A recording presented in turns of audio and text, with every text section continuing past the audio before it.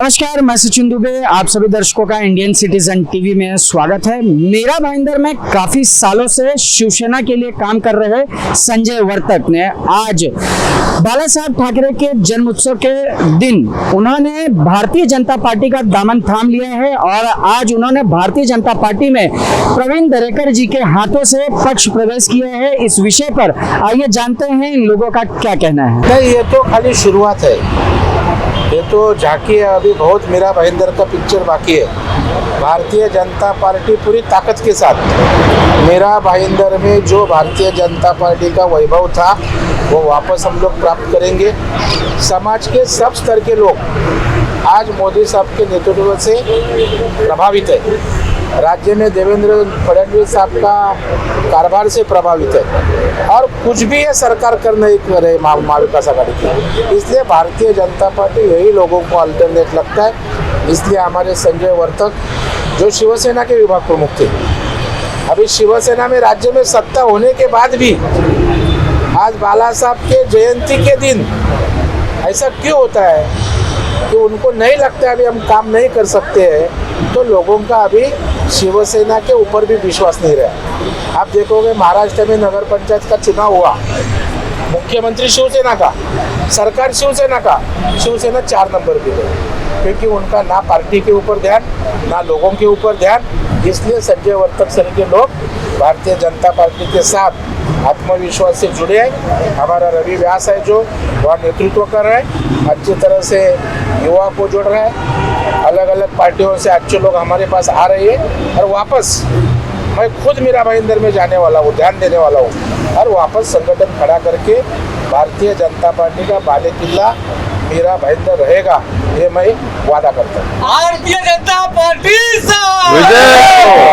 आने वाले इलेक्शन को आप कैसे देखते हैं? आने वाला इलेक्शन 100% भारतीय जनता पार्टी का ही झंडा लहराएगा।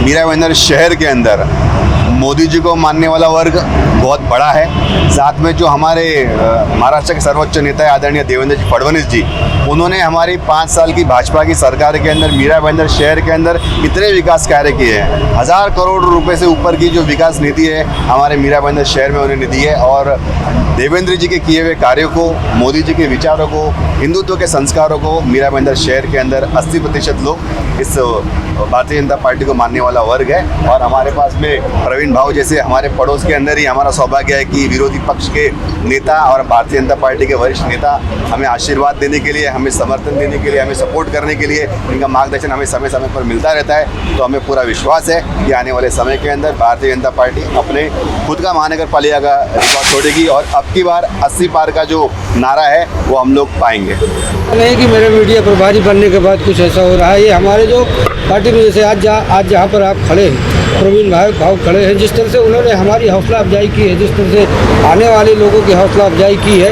वही दरअसल हमको प्रेरणा देती है। उसी से हमारा काम है कि जो भी अच्छी चीज़ें हैं उनको जनता के सामने लाना है और पार्टी का जो भी मार्गदर्शन होता है, जो भी निर्देश होता है, वो हम लोग करते हैं। जहाँ तक संजय वर्तक जी की बात है पिंकरपाड़ा से, और पिंकरपाड़ा में जिन्होंने बहुत लंबे समय तक शिवसेना का पूरी तरह से अपने आप को कहते थे कि ये शिवसेना का मजबूत गढ़ है, वहाँ से आज संजय वर्तक जी आए हैं। संजय वर्तक जी के आने की वजह से निश्चित तौर पर मीरा भाईंदर भारतीय जनता पार्टी को बहुत बड़ा फायदा होने वाला है, जो कि आगामी समय में दिखाई भी देगा।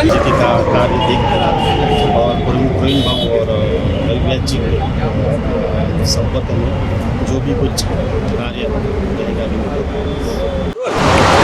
प्रवीण दरेकर, रवि व्यास और संजय वर्तक ने जानकारी देते हुए बताया कि शिवसेना के बैनर तले वो लोगों को काम करने की जो छूट है वो नहीं मिल पा रही थी, जिसके बाद उन्होंने आज भारतीय जनता पार्टी का दामन थाम लिया है और भारतीय जनता पार्टी को मजबूत करने का काम कर रहे हैं। और साथ ही रवि व्यास ने पत्रकारों से बात करते हुए जानकारी दी है कि 2022 का जो चुनाव है उसमें भारतीय जनता पार्टी 80 के पार सीटें लाएगी। ये आने वाला वक्त ही बताएगा कि भारतीय जनता पार्टी की कितनी सीटें आएंगी। जो अंतरकला चल रहा है भारतीय जनता पार्टी में, उससे कितना फायदा होगा और कितना नुकसान होगा। इंडियन सिटीजन टीवी के लिए अजय यादव के साथ मैं सचिन दुबे।